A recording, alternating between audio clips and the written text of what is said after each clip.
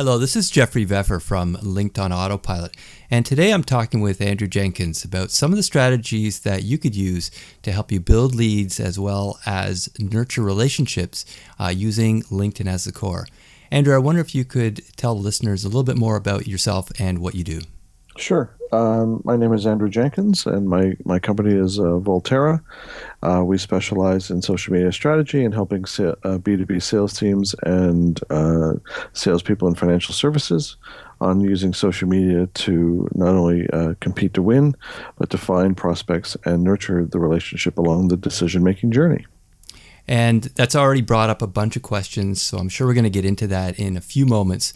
But what I want to do is lay out a few things we're going to be talking about today. We're using LinkedIn as the core in terms of how to enable more inbound opportunities and connections, as well as helping to generate more credibility. So we're going to talk about improving your LinkedIn profile and presence, how to create some influential content, as well as integrate that with a content marketing strategy, how to target prospects if we get there, how to build community, and how to nurture relationships. I know that's a lot of stuff, but we're going to try to get through, at least touch on most of those items. And then as a bonus, we're going to talk a little bit about how to integrate and automate some of these functions into your daily activities to make them a little less time consuming, a little more automated, so that stuff is happening in the background to help you again build leads and connections. So talking about improving your presence on LinkedIn, that generally refers to the way your profile shows up in a search. And Andrew, as you know, one of the things which is most important is having a profile which not only represents what you do and what you've done in the past, but also uses the capabilities of LinkedIn to get you to the top of a search when somebody is looking for the services you provide. Now, one of the things that they do is they allow you to upload media to your profile. Maybe you could talk a little bit about how that can influence how you get found in a LinkedIn search.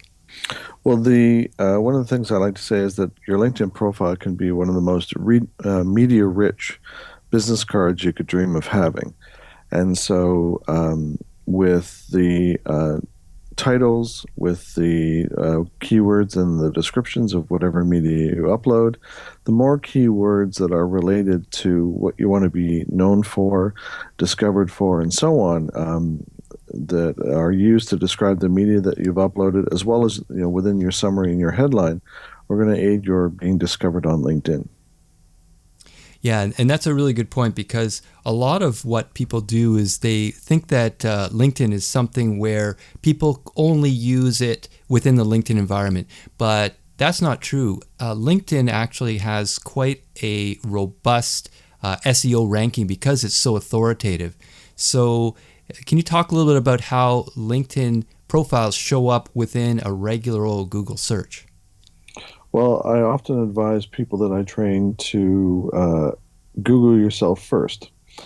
And with that, pardon me, with that in mind, find out what kind of digital footprint you're leaving.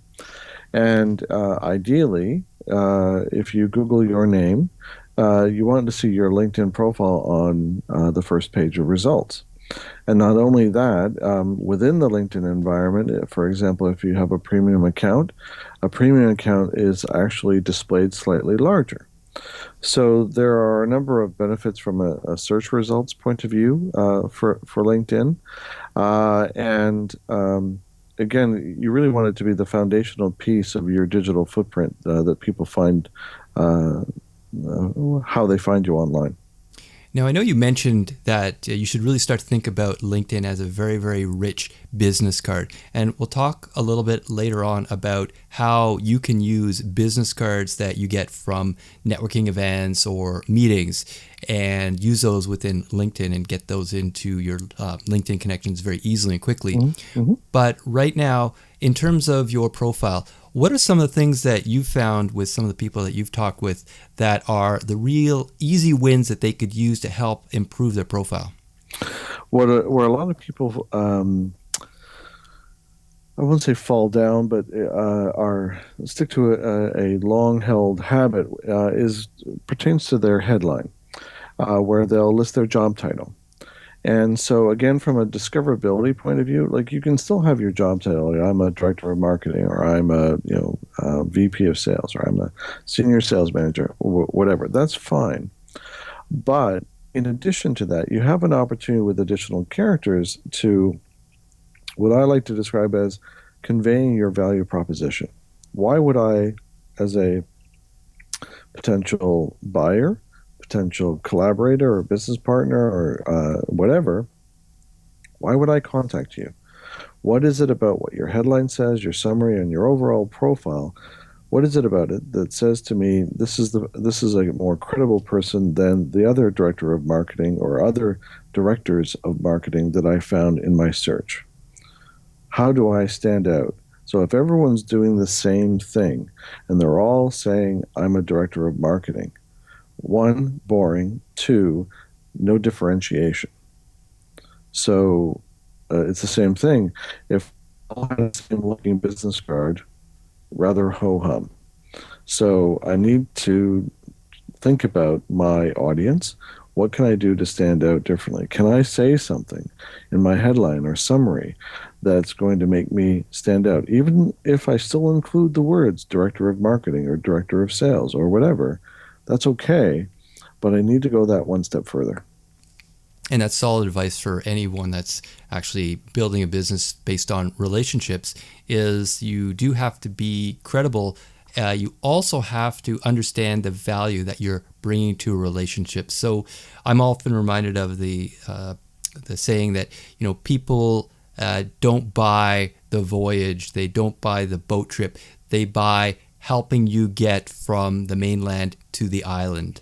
So, you may say that you have a process, but in reality, you have to understand what the benefits are, what someone's going to get out of it. So in terms of perhaps you're an insurance broker or insurance agent, you're helping people really improve their outlook and reduce the risk on a day-to-day basis for some of these things that can happen in life. So you're giving them a little more of a feeling of security, as well as some financial planning if you're focusing in that area. So that's the type of thing where you can put that in your headline and it can pop out to someone really, really quickly to understand that, oh yeah, that's what I'm looking for. I'm not just looking for insurance sales. I'm looking for that end benefit of peace of mind in my financial dealings. Yeah, how can you convey your trustworthiness um, from your profile? Um, I know in the area of financial services and insurance, you can't have, or you have to be careful in terms of testimonials and recommendations and things like that. But is there a way for you to convey past performance from a client point of view, while still adhering to regulatory requirements that would, as a result, convey your trustworthiness and your historical performance? Yeah, and that's really an important part of the overall LinkedIn strategy, which is fundamentally, not only how you get found, so that's kind of a bit of a passive strategy, but also how you start to build credibility and build influence in the industry by what type of content you share. And LinkedIn is really robust. It's got some fantastic publishing tools. A lot of people are taking advantage of it. And with just a couple of posts on LinkedIn, you can then really, really dramatically increase the amount of traffic that you get to your profile, because people are searching and they're finding you, and the LinkedIn algorithm really helps surface relevant content. So it doesn't have to be 50,000 word opus. It can be sharing some information, sharing a little bit of, again, what you're providing, as well as the value you're providing, so that people can really start to see that you are someone who cares about the industry and has insights into what can help your clients.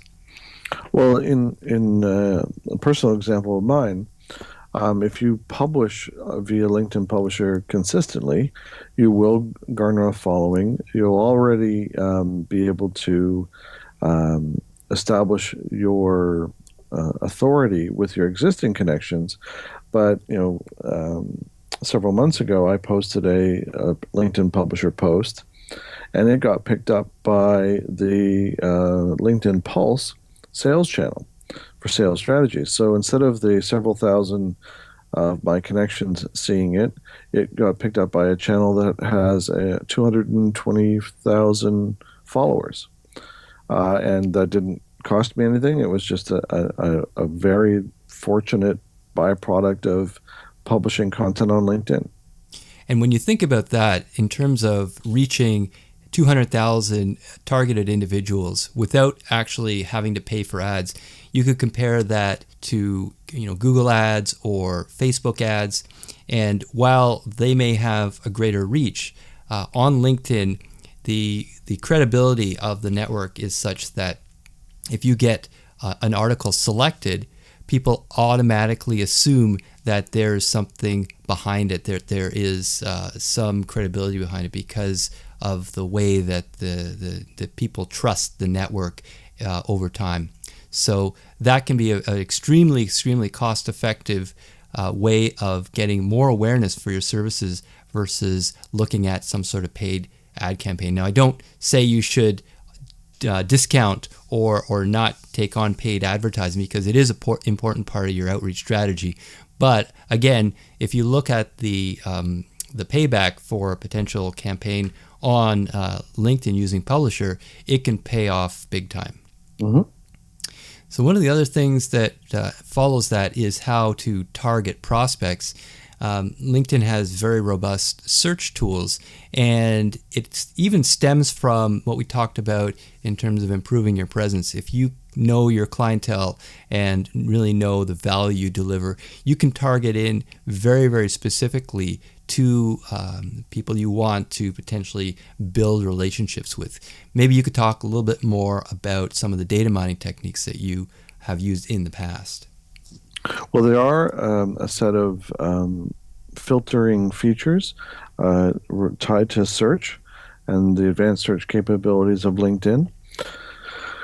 There are some people that like the Boolean Strings Network, which is a LinkedIn discussion group, and it's a website mostly populated by recruiters who have a very, very deep knowledge of putting together search criteria for Google. And again, back to what you were saying earlier, enabling you to search LinkedIn rather thoroughly.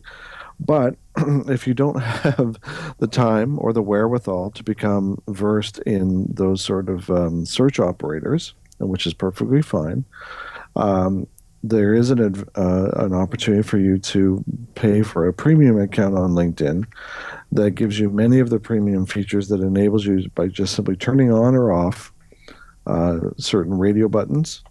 And then leveraging keywords, you can filter and create a very targeted list and save that list. And so that on any given week, if people meet that criteria and that they weren't on the list before, they'll get automatically added. People no longer meet that criteria, like the list essentially is being refreshed every week. And so as people move around in industry, you're getting the most current data. And so if you're looking for, if you're a commercial insurance person and you're looking for, let's say you typically deal with CFOs in a particular industry vertical, and you have a particular geographic region, well, those are all criteria that you can use to your advantage to filter and create a short list, and then start monitoring what, if any, behavior those individuals are exhibiting on LinkedIn. What groups do they participate in? Are they part of any volunteer or charity organizations that would help you in terms of, one, outreach to them, building rapport and trust? This is all free, readily available information that you could leverage to engage them. And again, this is another feature of LinkedIn, which is extremely powerful, is how it allows you to help build a leads list and really qualify that by a bunch of different parameters so that you can have a very, very targeted outreach campaign through LinkedIn.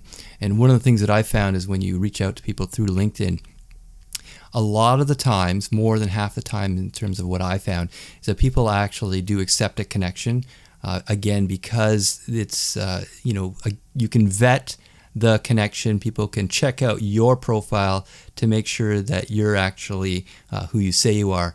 And over the history of the 12, 13 years that LinkedIn's been around, it's very, very trustworthy, and people tend to keep their profiles up to date. So it's a great way to build that leads list, and it's almost now becoming a CRM-like system where you can add tags and add information about, surely if you met someone at a networking event, so that you understand, where this lead came from and the history. So that's something. Yeah, and you can use those. So to your point, if you met them at a conference, and that conference is coming around again next year, or let's say, it was last fall and now fall's upon us. You can use those tags to filter them again and reach out to those people and say, are you going to be at this year's conference? Why don't we plan on connecting? Yeah. And that's a really powerful thing to build as part of daily activities. And we'll talk a little bit about that and how to build it into daily activities in a moment. But I want to talk about how to build community and build engagement. And again, LinkedIn has a number of groups which are available to people in specific industry verticals or even across specific interests. And if there isn't a group that's specific to, if you're have a very, very niche insurance industry, insurance vertical, you can actually go out and create your own group and invite people to that group where you can discuss pertinent issues in that. And that creating a group automatically makes you a authority if you're able to engage in the community, because people assume that you're the group organizer, so that you've obviously got some insight into the industry. So maybe you could talk a little bit about groups and engagement in groups. Well, to your point, groups can be a very powerful way of establishing and building your authority. The one caveat I would recommend is that if you are going to create a group, you need to be prepared for the commitment. This is not something that you build it and they will come. Exactly. You need to populate it with thoughtful content, and not just content from you, not just content that sounds like a sales pitch. Great expression by John Ferreira from nimble.com. If I teach you how to fish, eventually you figure out that I sell fishing poles. So if you can provide informative, helpful content to the members of your group and broader community, then that should be your priority. But in addition to that, providing and sharing third-party content that's complementary to yours, aligned with your message and objectives, et cetera, and values, and not competitive, but still helpful to your audience. But as well, inviting conversation. When you jump into a discussion group and you see that it's only one person leading the conversation, there's a risk that people will move on. So is there a way for you to, I'll call it deputize or mobilize others to help foster the conversation in the group, so it always doesn't, so to avoid it looking like it's just you droning on about one thing? Yeah, we talk a lot about that in the Linked on Autopilot course, as well as some techniques to actually make that a bit easier than it looks on the surface. For some people, it can be a little bit daunting to think about groups and group management, but it's not really as big as a lot of people think, and so that can be a very, very powerful way to, again, build some credibility in the industry. It's not, I don't mean to suggest that it's like hard work, but it's more about being consistent. Mm-hmm. If you're thinking that you can have a discussion group that you drop in on once a week, then I would recommend not not bothering. If you're going to be, making sure there's, something happening, at least, if it's, more business oriented or B2B, then, at least probably 3 times a week in a Monday to Friday kind of thing, if not more so. Mhm. Because, if people find there's not a lot of vibrancy to the community, they will move on. Absolutely. And there's a another element in that, how to nurture relationships. LinkedIn does send you email updates, and email updates often say that's one of your contacts has started a new role, or there are other updates, and so you can then maintain a relationship with somebody by checking in and staying top of mind. It's often a challenge in this day and age where there's a lot of things coming at people, to stay top of mind when they're ready to make a decision, or where they're ready to ask for more information about a service that you provide. So staying top of mind, especially in an industry which has got a long sales cycle, really does help to generate more additional leads. So now that we've kind of gone through some of the initial content, what I've heard a lot of people say, especially students in the LinkedIn Autopilot course, is they want to be able to engage the power of LinkedIn, but without spending a ton of time and doing a lot of one-off things. So, the core is obviously using the power of LinkedIn network, but there are other applications and other ways that you can work that help in terms of making it more of a daily part of your life. Because, Andrew, I think you said earlier that consistency is key. And so one of the things that I find works for me is actually just putting a calendar entry in the beginning of my day, which says, either check LinkedIn, or, do a post or share something of interest. And within the LinkedIn Autopilot content, we actually have a content calendar, which gives people ideas for what to share on a daily basis, which really helps take the guesswork out of that morning where you're staring at the screen. Maybe you're staring at a blank, Microsoft Word document, saying, "Oh my God, what am I going to share?" Well, we try to make that easier by breaking that down into bite-sized things which people could share, and then they can obviously expand on those as they need. But it gives them the ability to do that.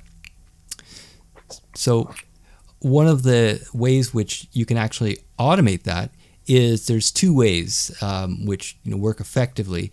One is more of a commitment than the other, but there are a lot of social media automation tools out there.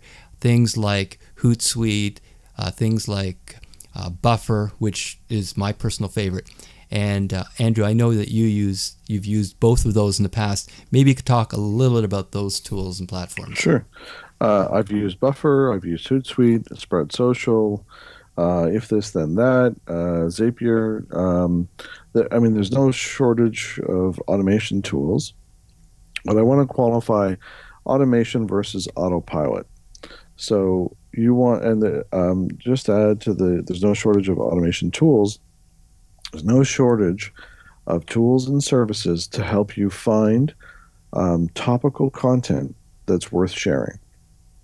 And so if you do that little bit of heavy lifting, finding the right tool for you for automating the sharing, and finding the right sources of content to tie to those tools, then you've addressed that burden that you were talking about earlier, so that there's some consistency about content going out every day from you, that would be of interest to your audience, conveys your thought leadership, and then if you, over and above that, have the time to author your own um, advice type or informative or educational content, then that's perfect. But by leveraging these tools and the sources for content, it can lessen the burden on a daily basis. But going back to what I'm mentioning about automation versus autopilot, you want to be careful that you just don't set it and forget it. You want to be conscious that you don't want to be seen as just a robot that's just pushing out content and not having conversations with people. You want to be paying attention to anyone that responds to your content from an engagement point of view, so that it's an opportunity for you to, one, thank them if they share it, spark a conversation, Remember, it's social media. It's about being social, not about broadcasting. That's right. And it's, like you said, it's about building relationships. And often one of the first ways people engage with a product or service provider is by finding their content, asking some questions. And that's part of the initial relationship building process. You wouldn't meet someone at a face-to-face networking event and just right away shove a business card in their face and say, buy my stuff, buy my stuff. You have to, go through the whole credibility building process, because people buy from those they know, like, and trust. And that's usually the way that the scenario goes, is they have to get to know you, they have to like you, and they have to trust you. And it's very, very hard to go directly to trust without building the other stages. So sharing relevant content and then building into your schedule engagement, or at least checking to see if there's been any activity on your content, is a really critical part of the strategy. One of my favorite analogies is, pardon me, if you invited someone to a dinner party and all they did all night long at the dinner party was talk about themselves, would you invite them back? Mm-hmm. But if you invited them to a dinner party and during the course of the conversation, you mentioned something and their response to that was, that's interesting. I just read an article that would be very interesting to you based on what you just said. I'll be sure to share it with you. And they do so later. Now, that's the kind of person you would invite back. I think you hit on a really interesting point. One of the things that I've just heard recently was that instead of really focusing on being interesting in terms of what you offer, be interested. So listen to what potential prospects or connections are talking about. And like you said, if there's something that you can help with or something that you've seen which is interesting, you can share it with them. And then all of a sudden they think, wow, not all the time, not every day is someone actually going out of their way to help me with something. And that really, really stands out these days. For sure. Now, we talked a little about using platforms like Hootsuite or Buffer to share content, and they're fantastic because you can load your content in and schedule when you want it to actually be shared on your profile. One of the shortcuts to doing that is using a tool that you mentioned earlier, If This Then That. What this tool is, it allows you to build recipes. And these recipes are built from little components where you can then schedule a timer. So every 50 minutes, check if such and such a situation happens. And this is where the name comes in. If this situation has been fulfilled, then do this. So one of the recipes that they have on their site, which is ifttt.com,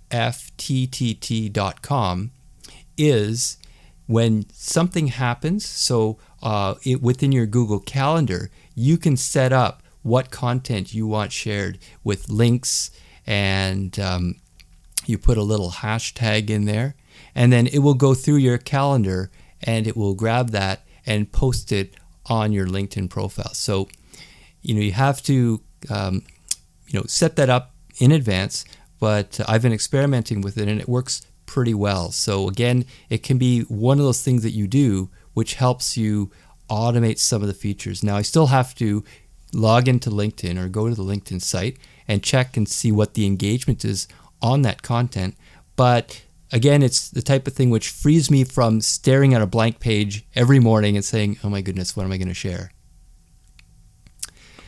As well, Zapier allows you to link up your WordPress blog to your LinkedIn, and then you could automatically share when you publish a WordPress post. And that can be really powerful as well. Again, removing a lot of the need to think about and remember that you have to share what you've posted on LinkedIn. And I'll link all these up below in the rest of the post as where you can go and get more information on that. Now, if I can just add, go ahead.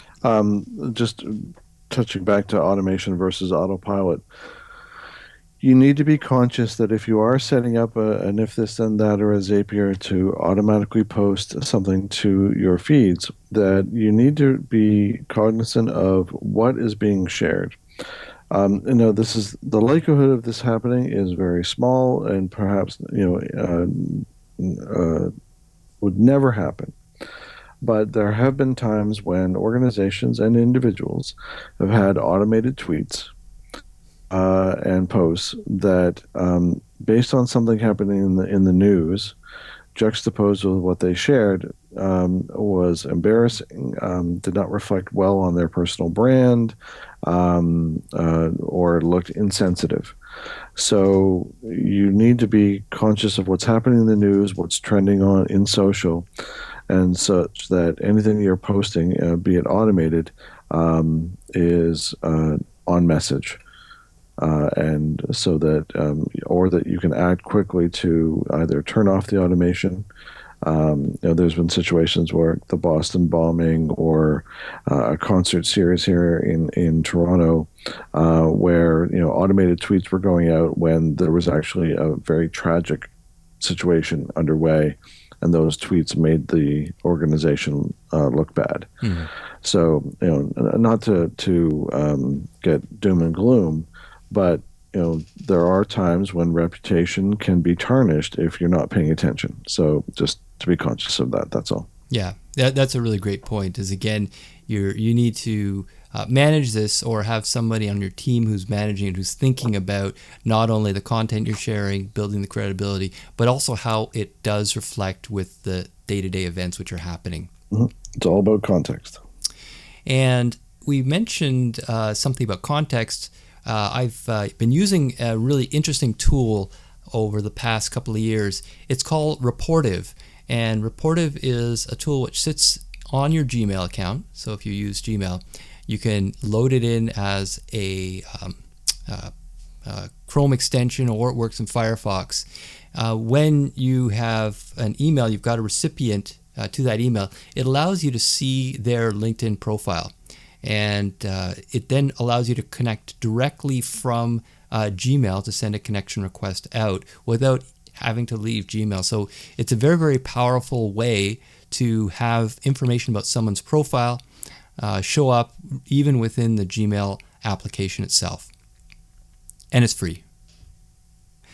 So I did mention earlier that there was an integration between Evernote and LinkedIn in terms of business cards. So we've all gone to networking events and come back with a stack of business cards, and thought of entering them into contacts is usually something which gets sort of put to the bottom of the list. But if you have LinkedIn for your iOS device or for your Android device, and Evernote for your device, you can use that to take a picture of the business card, and it automatically scans the information and pulls the title, the name, all other sort of information like email address and phone number, and then allows you to connect that to your LinkedIn account, so that person can automatically be pulled into your LinkedIn connections. So it's a very, very powerful way to, just with one click of your camera within Evernote, to grab that information and pull it in to LinkedIn. Yeah, I like Evernote, and the ease by which it captures a business card, compared to, I mean, I had tried every business card scanning, even some that LinkedIn had, and the latest version of Evernote is so slick. Yeah, and if you haven't used Evernote in the past, it's a really great application.